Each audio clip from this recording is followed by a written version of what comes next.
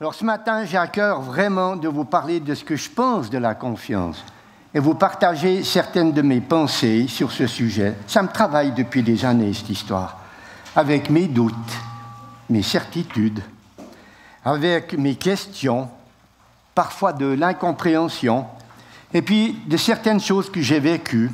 Alors ensemble, on va parcourir ce sujet. Je commence par une grande question. À qui faire confiance ? Même les hommes politiques, certaines banques et les assureurs disent « faites-nous confiance ». Moi, je dis oui, tant que je n'ai pas signé le contrat et puis tant que je n'ai pas besoin. Alors, lors d'un besoin, attention aux résultats. Il va y avoir les élections, ben moi, je vote toujours pour celui qui promet le moins, ça m'évite d'être trop déçu. Alors, pour ne pas se perdre, je vais subdiviser ce sujet en plusieurs points. 1. Faisons-nous confiance aux hommes. 2. Est-ce que j'ai confiance en moi? 3. Est-ce que je fais confiance à Dieu? 4. Bonne question, est-ce que Dieu me fait confiance? Une chose qui est certaine, plus j'avançais dans mes interrogations, la préparation de ce message, moins j'avais confiance à ce que je voulais vous partager ce matin. Alors, avant d'aller plus loin, regardons quelques situations dans notre société. Toutes simples. À l'école, il est fait confiance à celui ou celle qui a de bons résultats. Dans le sport, dans les entreprises, ils gagnent OK. Ils perdent des compétitions ou des parts de marché. Virés, la confiance est perdue. Dans certains milieux, virés avec un gros paquet de confiance. Oui, pour la personne virée, cela s'appelle une prime de départ.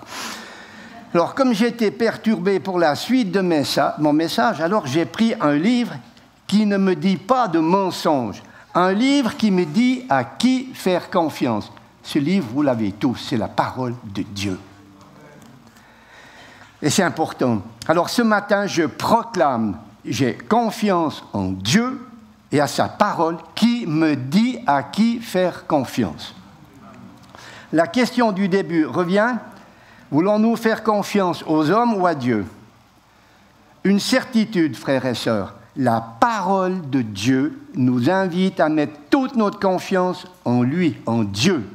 Et pas seulement lui, mais à sa parole aussi, et en aucun autre. On va lire ensemble quelques passages de la parole de Dieu. Psaume 146, versets 3 à 5. « Ne vous confiez pas aux grands, aux fils de l'homme qui ne peuvent sauver. Leur souffle s'en va. Ils rentrent dans la terre. Et ce même jour, leurs desseins périssent. » Écoutez bien maintenant. « Heureux celui qui a pour secours le Dieu de Jacob, qui met son espoir en l'Éternel, son Dieu. » Dans ce passage, il est dit qu'il met son espoir en l'Éternel, son Dieu. En lui, mais en aucun autre. Et puis, notre Dieu est aussi notre secours. Dans Psaume 45, verset 5, « Heureux, encore heureux, l'homme qui place en l'Éternel sa confiance et qui ne se tourne pas vers les hautains et les menteurs. » Malheureusement, il arrive parfois que c'est seulement lorsqu'on s'est fait avoir que l'on se tourne vers Dieu. Alors faisons le bon choix de commencer par faire confiance à Dieu pour être heureux. Maintenant, un passage que j'aime beaucoup, que j'ai lu et prié plusieurs fois dans ma vie, c'est surtout dans les moments d'épreuve. Jérémie 17, versets 5 à 8. « Ainsi parle l'Éternel, maudit soit l'homme qui se confie dans l'homme, qui prend sa chair pour appui et qui détourne son cœur de l'Éternel. Il est comme un misérable dans le désert et il ne voit point arriver le bonheur. Il habite les lieux brûlés du désert, une terre salée et sans habitants. » Triste, triste, triste. « Béni soit l'homme qui se confie dans l'Éternel et dont l'Éternel est l'espérance. Il est comme un arbre planté près des eaux qui étend ses racines vers le courant. Il n'aperçoit pas la chaleur quand elle vient et son feuillage reste vert. » Nous avons les mêmes pensées dans le psaume 1er. Suite à ces 3 passages, le cadre est posé. Ma confiance est en Dieu. Mais en réalité, dans notre quotidien, est-ce que vraiment nous le vivons, nous le croyons? Avons-nous vraiment cette assurance ou bien nous faisons confiance à notre raison sociale, notre situation professionnelle, à nos richesses, si on en a, c'est assez rare, mais enfin, ou bien alors à notre santé? Ben, je dirais la mienne un petit peu moins depuis cet été, hein. Je commence à savoir mes limites. Hein. Et puis, ou bien alors pour certains faux prophètes, je me rappelle, c'était triste, ma mère, c'était l'horoscope du jour, les voyantes tireuses de cartes, ésotérisme et tout le tralala de soin. Alors là, je peux vous dire la confiance, alors elle est bafouée. Alors, hein. C'est pour cela que, quelles que soient les situations, faisons confiance à notre Dieu qui est fidèle. On a chanté tout à l'heure, Dieu fidèle, hein, qui ne change pas. En plus, sa parole est droite et toute son œuvre s'accomplira. Ainsi, parce que Dieu est fidèle, il s'attend à ce qu'on lui fasse une entière confiance. On va prendre 2 exemples que nous pourrions vivre. Alors, le premier, c'est purement imaginaire. Prenez ça vraiment comme une pure imagination. Quand tout va bien, on est dans les îles, en vacances, le soleil, la mer, le poisson grillé, le rosé au frais, la douce musique des vagues, endroit paradisiaque, si j'ose dire. Aussi, il peut y en avoir. On fait tellement confiance à l'endroit qu'on oublie Dieu. On a bien pris sa Bible avec, qui nous parle de la fidélité de Dieu, mais malheureusement, elle est restée au fond de la valise. Attention, attention, je ne pense pas un seul instant qu'un truc comme ça vous soit arrivé. On la lit tous les jours, même en vacances. Profitons de rendre grâce à Dieu pour la vue qu'il nous donne pour lire sa parole. Oui, mais pendant ces vacances, elle est où notre confiance, hein? Pose la question. C'est comme le 26 novembre 2004, si ça vous dit quelque chose, 230 000 morts par un tsunami.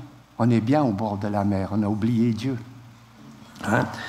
Voilà, donc attention, attention, une chose importante, Dieu n'est jamais, jamais en vacances. Alors, le deuxième exemple qui est réel, c'est dans les tempêtes de la vie que nous apprenons, que j'ai appris à faire confiance à Dieu. Combien parmi nous l'ont expérimenté, selon les situations, les circonstances? Où est la famille? Ah tiens, il y en a une. Où sont les amis? Loin. Où est l'Église? Silence. Pendant ce temps, c'est comme sur le Titanic. La croisière s'amuse sans se rendre compte que l'on va rencontrer l'iceberg de l'indifférence. Mais Dieu est fidèle, il est notre secours. Maintenant, on va prendre 3 cas de confiance de la parole de Dieu.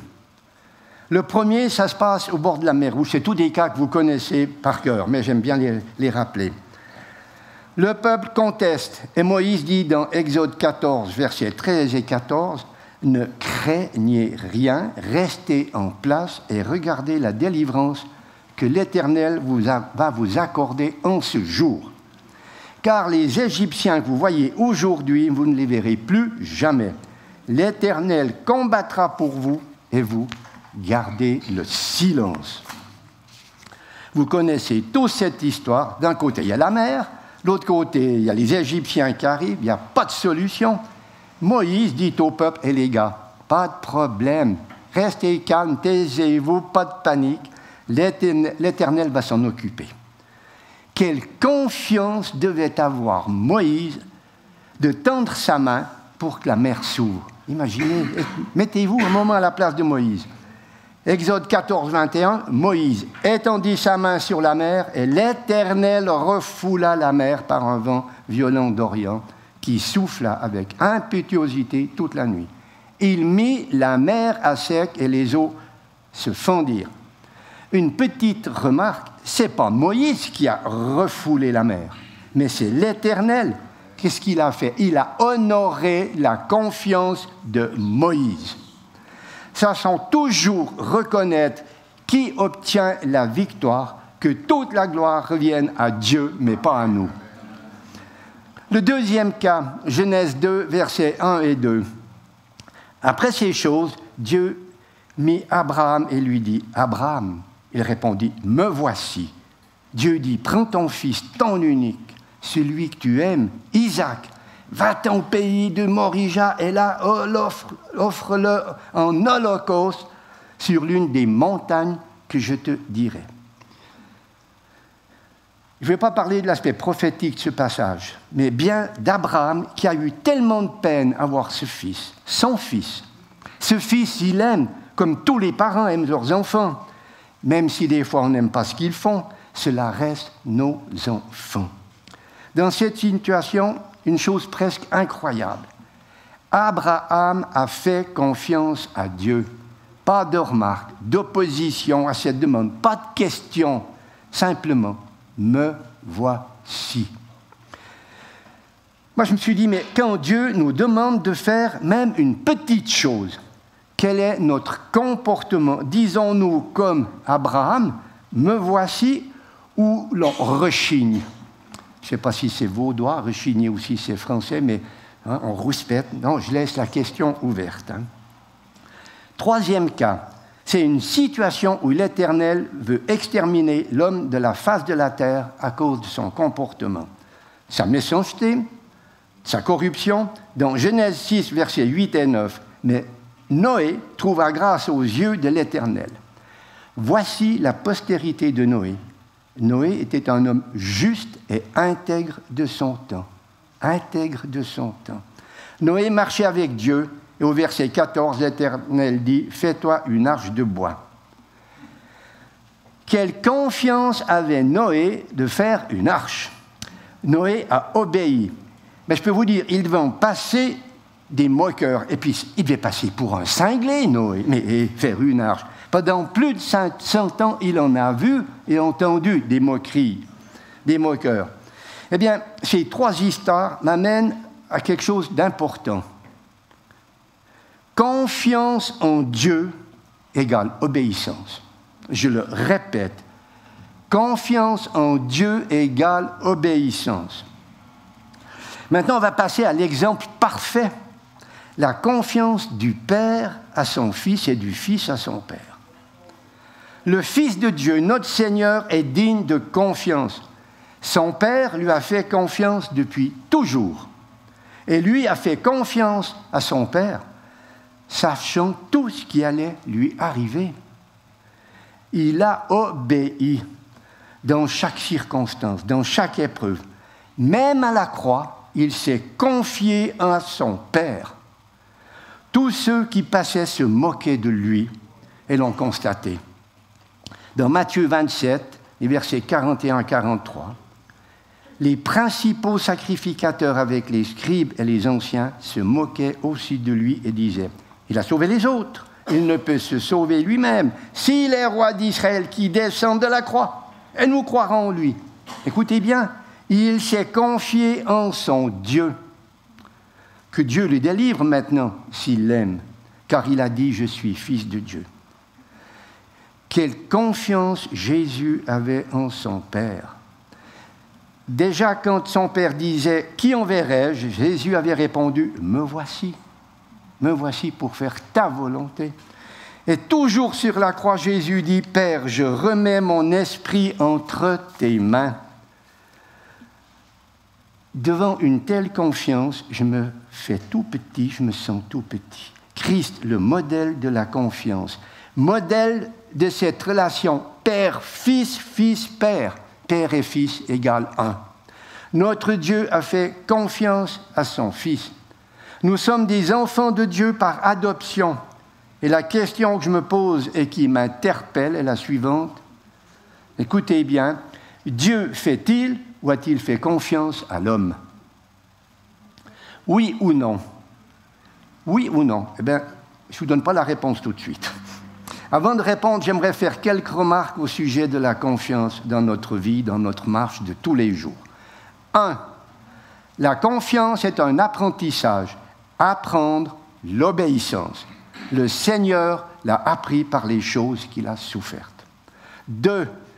la confiance prend du temps pour la solidifier. 3, la confiance est très fragile, un rien peut la briser. 4, la confiance peut revenir, mais selon les situations, les cicatrices restent visibles et le doute peut s'installer. 5, la perte de confiance peut avoir des conséquences très pénibles. Alors, je reviens à ma question. Dieu fait-il ou a-t-il fait confiance à l'homme? Alors, ma réponse pour l'instant est toujours oui et non, patientez. Comme ça, je ne me mouille pas. Alors, pour nous aider et voir plus clair, pour répondre à cette question, revenons au début de la Genèse. Chapitre 3, verset 3. Genèse 3, verset 3. Il est dit ceci, « Mais quant au fruit de l'arbre qui est au milieu du jardin, Dieu a dit, vous n'en mangerez point et vous n'y toucherez point de peur que vous ne mouriez. » Et puis les versets 9 à 13. « Mais l'Éternel Dieu appela l'homme et lui dit, « Où es-tu » Il répondit, « J'ai entendu ta voix dans le jardin et j'ai eu peur parce que je suis nu et je me suis caché. » Et l'Éternel Dieu dit, « Qui t'a appris que tu es nu? Est-ce que tu as mangé de l'arbre dont je t'avais défendu de manger ?» L'homme répondit, « La femme que tu as mise auprès de moi m'a donné de l'arbre et j'en ai mangé. » Et l'Éternel Dieu dit à la femme, « Pourquoi tu fais cela ?» La femme répondit, « Le serpent m'a séduite et j'en ai mangé. » Alors après la lecture de ces versets, regardons de plus près cette situation. L'Éternel avait fait en partie confiance à l'homme. Il lui avait donné une mission qui était de garder le jardin. Il n'y a pas fallu longtemps à l'homme pour trahir la confiance que l'Éternel avait mise en lui. Un petit calcul pour imaginer cette rupture de confiance. Alors, ce n'est pas biblique, mais c'est pour voir que c'était très court, la confiance. Si je compte les versets de la Genèse, chapitre 1er, il y en a 31, il y en a 25 au chapitre 2, et c'est au 6e du chapitre 3 que c'est la chute. Si je compte 3 secondes par verset pour les lire, la confiance a duré à peu près 3 minutes. L'homme est ainsi fait, ce n'est pas de sa faute, la femme non plus, ce n'est pas de sa faute. Alors arrive cette expression, ce n'est pas ma faute, c'est la faute à. C'est la faute à, c'est jamais la sienne. Enfin, je ne sais pas, peut-être pas vous assumez toujours, mais en général, c'est jamais sa faute. Alors, commençons par Adam. Il rejette la faute sur Ève. C'est la faute à la femme que tu m'as donnée. Non, c'est pas ma faute. C'est la faute à l'Éternel. Il a fait un mauvais choix. Une autre aurait été mieux. Avant de parler d'Ève, je vous rassure, je ne vais pas vous oublier. Elle a eu sa responsabilité. Mais j'aimerais parler d'une maladie qui atteint notre société, le monde et aussi, malheureusement, les milieux chrétiens.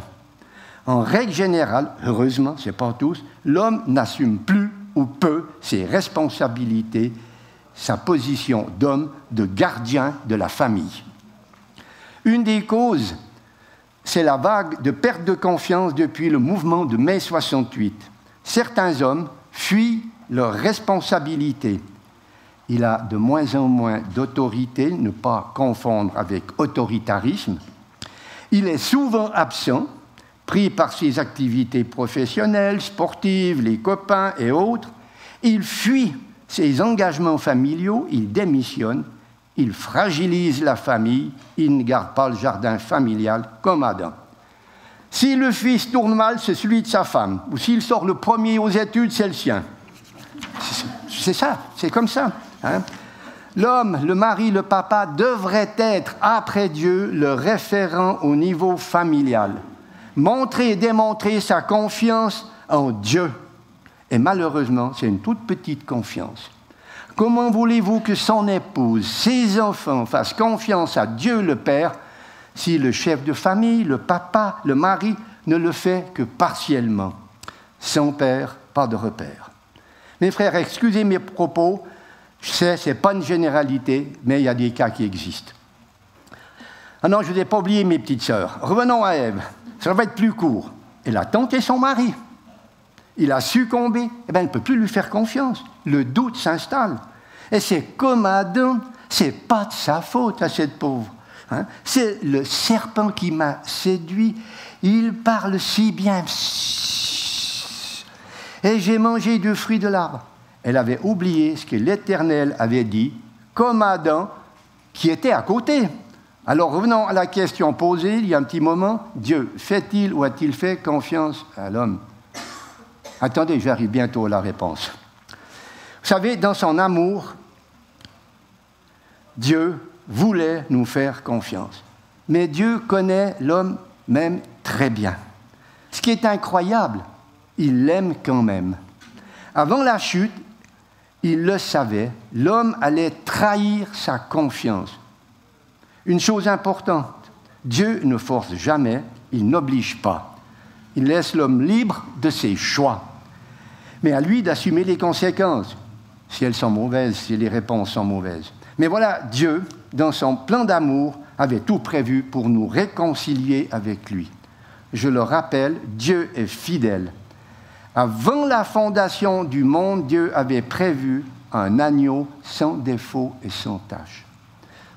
Dans 1 Pierre 1, versets 18 à 20, vous savez, ce n'est pas par des choses périssables, par de l'argent ou de l'or que vous avez été rachetés de la vaine manière de vivre que vous avez hérité de vos pères, mais par le sang précieux de Christ, comme d'un agneau sans défaut et sans tache.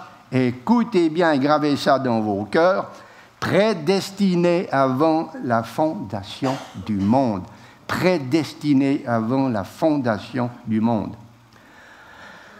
Où mettons-nous notre confiance au sujet de notre salut? Dans l'or et l'argent ou dans le sang précieux de Christ? Alors attention, ne tombons pas dans le piège du monde, du Dieu Mammon. Dans le texte que nous venons de lire, ce passage m'a interpellé, il m'interpelle encore ce matin, comme d'un agneau sans défaut et sans tache, prédestiné avant la fondation du monde. Écoutez bien, Dieu savait, hein, mais il avait prévu cet agneau. Alors après, je me suis posé, des fois je me pose beaucoup de questions, peut-être trop, mais je ne sais pas. Pourquoi Dieu nous a laissé nous planter? Bonne réponse. Je vais vous donner plusieurs réponses. Vous êtes libre de partager ou pas, mais pour connaître son amour inconditionnel.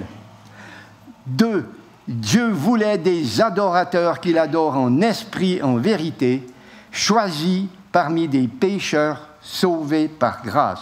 3, Dieu a manifesté son amour pour nous, c'est lorsque nous étions encore pécheurs, Christ, son Fils, est mort pour chacun de nous. Et la liste n'est pas exhaustive, vous pouvez la compléter. Jésus-Christ nous a confié une mission. Je ne sais pas si vous vous rappelez ce qui est écrit à la fin de l'Évangile. Je confesse que jusqu'à ce jour, j'ai de nombreuses fois trahi sa confiance.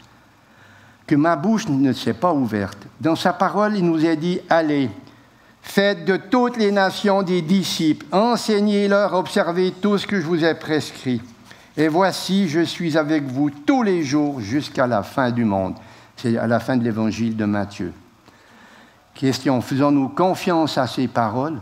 Que notre oui soit oui, que je ne trahisse plus en fermant ma bouche ce qu'il m'a demandé de parler et de dire. Que nous ne le fassions pas, mais qu'on fasse confiance à ce oui. Nous te faisons confiance, Seigneur, tu seras avec nous. Je reviens à ce que j'ai dit précédemment, confiance en Dieu égale obéissance. Je rajoute une deuxième clé.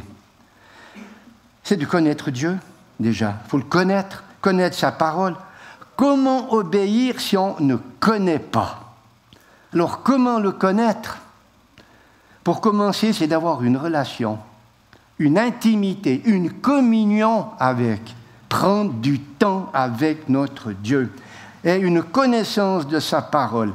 Ce n'est pas un livre qu'on pose sur l'étagère et puis qu'on prend seulement le dimanche matin en venant à la riponne. Non, non, non, non. Il faut y aller. Lire. Alors on aura une pleine confiance. N'oublions jamais que nous avons été choisis alors que nous étions des pécheurs perdus. Maintenant, dans nos vies, combien de prières ont été exaucées? Car par notre foi, nous avons fait confiance à Dieu. Alors, je donne un petit témoignage. spécialement dans une période d'épreuve avec notre fils, Dieu nous a répondu. Même parfois par des réponses surprenantes, inimaginables humainement. Et Dieu répondait, il répondait. Ça dépassait vraiment tout ce qu'on a pu imaginer. Rien n'est impossible à Dieu. Alors ne le limitons pas par notre incrédulité, faisons-lui une entière confiance.